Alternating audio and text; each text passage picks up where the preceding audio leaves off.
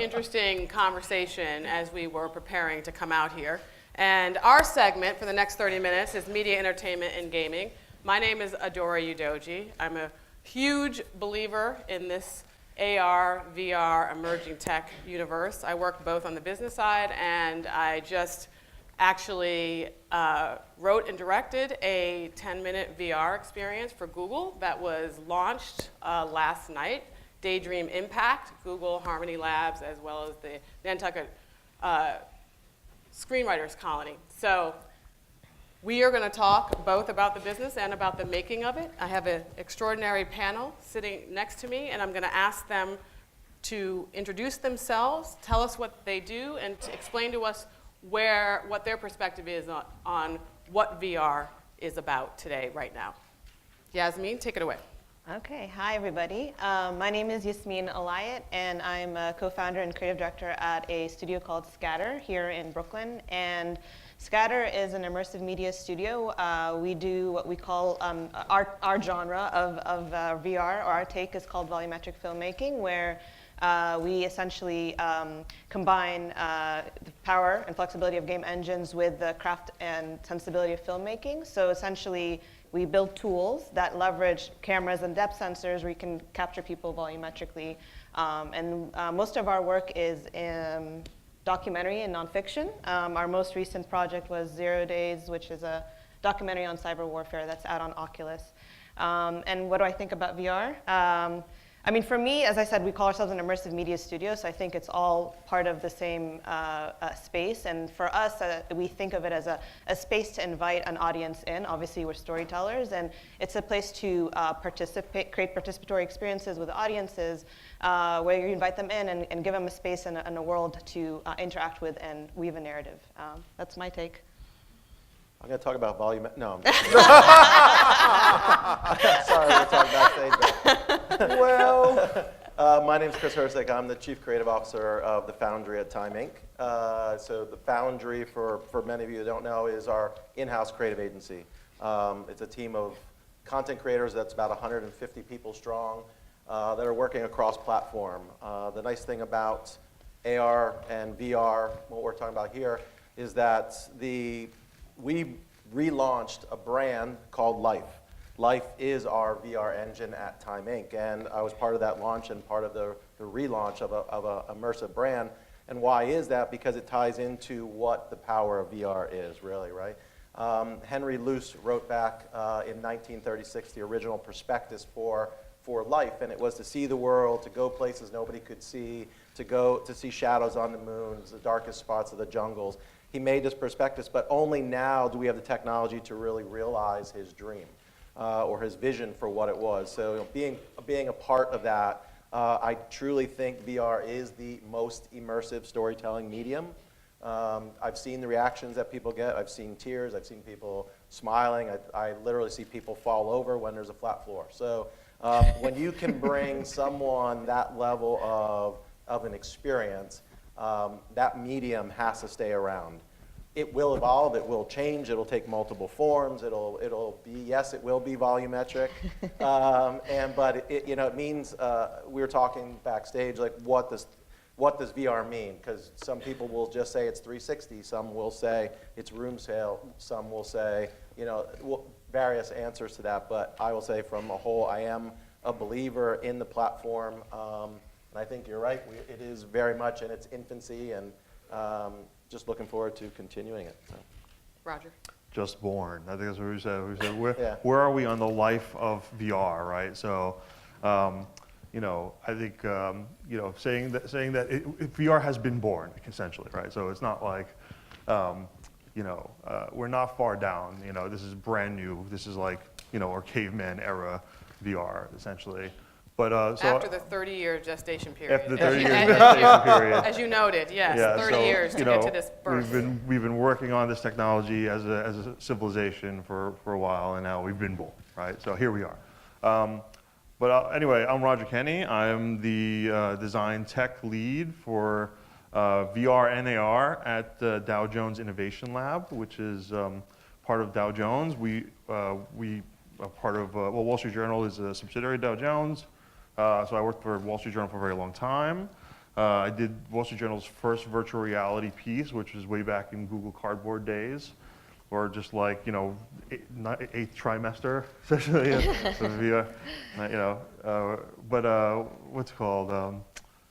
You know, the VR NASDAQ was a interactive piece for Wall Street Journal that was basically to let you ride the NASDAQ stock curve or, you know, index like a roller coaster. And I was just thinking today, Bitcoin would be even more fun. Right? I know, right? Should have guessed something. Yeah. Bitcoin, yeah. So I mean, and I guess you know, talking about it from like Wall Street Journal perspective, I mean, Wall Street Journal, you know, has some of the greatest journalists, you know, in the world, and so basically journalists tell stories. So for them, for Wall Street Journal specifically, you know, it's an opportunity to tell a story in a way that is the most compelling way to possibly tell a story, right? So certainly we're doing things like, you know, 360 video, and we've been working on, you know, that kind of stuff for a while, including we did an interactive 360 video player in our Daydream app that you guys come see on the 10th floor later. But for me personally, I work more interactive, or on the product side now, you know, we've launched VR for Daydream, right? Which was, we have this stock market hologram, right? So you can see the entire US stock market as a hologram with like the highs and lows moving around in front of you. And now we've taken that to AR, we've taken it, and also, you know, we're working on stuff with machine learning and things like that. So, I mean, I think that, you know, clearly VR has this enormous potential. I think that, you know, nobody would say no. And I think that, you know, whenever I have a few minutes in the office, I'm playing, you know, that robot shooting game in VR, right? So it's just like, I mean, that's kind of the interesting thing, is that I think that it's just this time when we get past the cost of it, or potentially the, you know, the technology matures a little bit, it will become way more ubiquitous. Kyle? Hi, I'm Kyle. I'm an assistant professor of media design at Parsons. And we have sort of invested into VR a long time, and my personal body of work is in projection mapped sort of interactive space, and I did that for a really long time.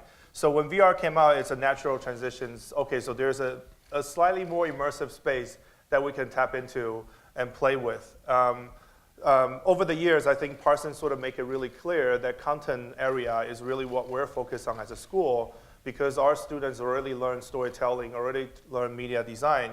How to transition that into a much more immersive, exploration-based virtual space is something that we want to find out. We have minor that supports the studies in VR, and we also recently acquired a motion capture space to bring that explorations even more, allow people to actually walk around in the VR spaces.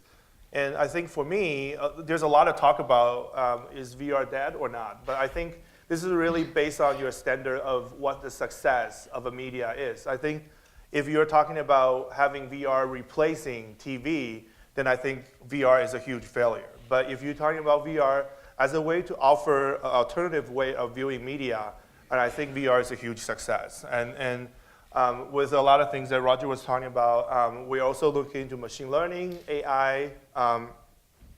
I personally very interested in conversation-based interface, because I think that is the way to go for the future, how we communicate with smart machines. And VR serves a perfect experimental ground for us to do things. So there's a lot of things we're still learning about what VR is. And I'm very excited to see that VR is not necessarily only be viewed as a product of a design process, also being used as a tool of the design process. Awesome. This is a very quick panel. So what I'd like to do is I'm going to ask a couple of questions, and I'm going to ask for a rapid response, like a sentence or even less, maybe a word or two or three. And then we're going to hopefully have time to open it up for like a question or two. I know there's lots of burning questions in the room, and it's always nice to hear what some of them are. So I like what Kyle said. Let's presume all of these questions are going to be based on the presumption that virtual reality, augmented reality, any of these realities are an alternative medium by which we can view media. So what do you love? What do you hate? What do you wish you had? So what do you love about where we are? And then we'll just go right down the list.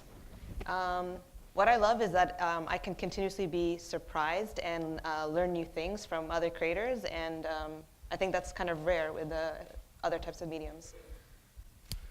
I'm going to go a slightly different route, and I'm going to say I love that AR is a way to launch VR. So it cuts down the friction point to getting to that. So it helps users sort of interact in a simpler way and being able to capitalize on one to make the other one grow. I love Google Earth. I think that's really cool. I love what's the gravity brush. Yeah. What was that? That's what it's called? Gravity brush. That's I love really cool. Google Earth Well, myself. toothbrush, but then the gravity Yeah. one. Yeah.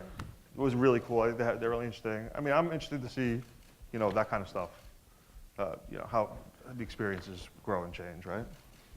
I love VR, like you were saying, is still in its infancy. Everyone's still trying to figure out what to do with it. I think compared to a lot of long-last medium, there's already principle, way of doing things being established. But in VR, right now, I can still say everything goes. And I really love that part, because we have to rethink about stuff that in design that we take for granted for a long time. Now we have to test everything out.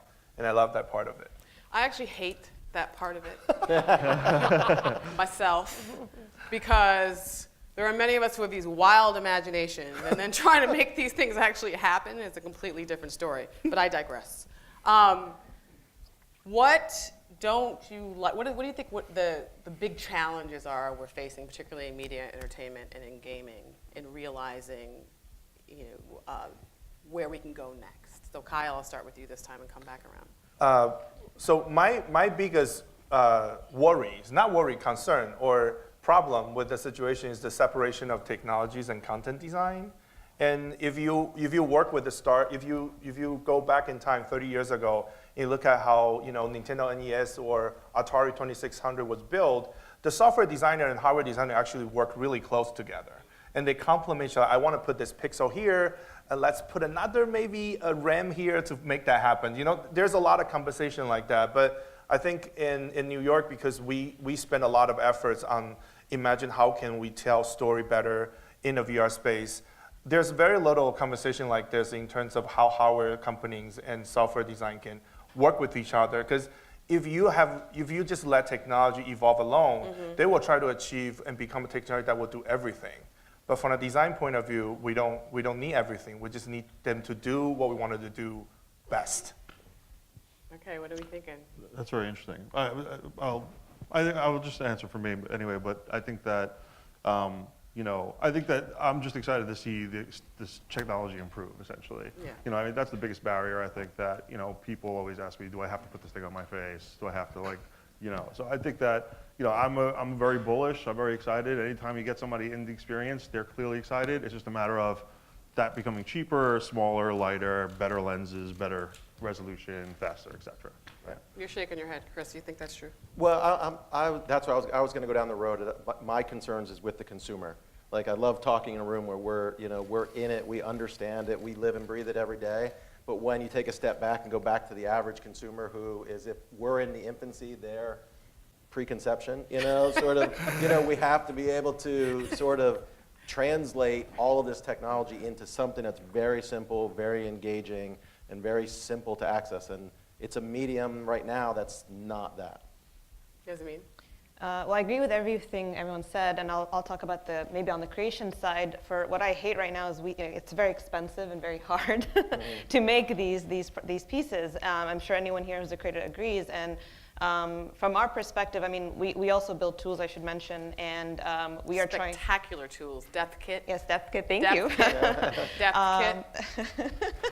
Depth kit, and we're trying to basically change this, where we can make it easier and more accessible for people to do these volumetric projects. But I think for me, it is just how expensive, how large of a team, how can we make this where it's as simple as one person with one tool and do it on your own.